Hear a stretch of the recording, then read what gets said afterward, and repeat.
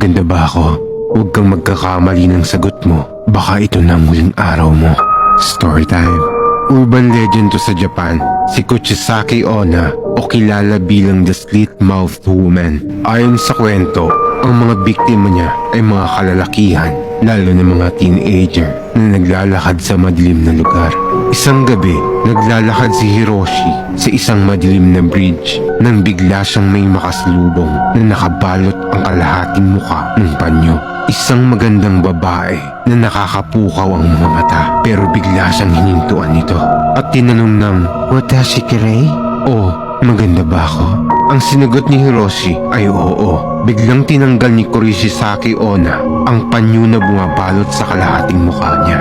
Tumambad kay Hiroshi ang hiwa ng mukha nito mula kanang tenga hanggang sa kaliwang tenga. Napasigaw sa takot si Hiroshi, pero bigla na lang siyang pinagsasaksak at pinaghahati ang katawan niya gamit ang isang gunting. Sabi sa kwento, kahit hindi ang isagot mo sa kanya ay papaslangin ka pa rin niya. Ang tanging paraan lang daw upang matakasan siya ay sabihin kapag tinanong ka ng maganda ba ako, sumagot ka ng sakto lang.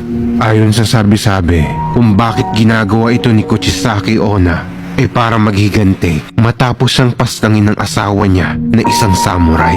Dahil daw sa pagtataksil niya rito, dahil nahuli siyang may ibang kasiping na lalaki.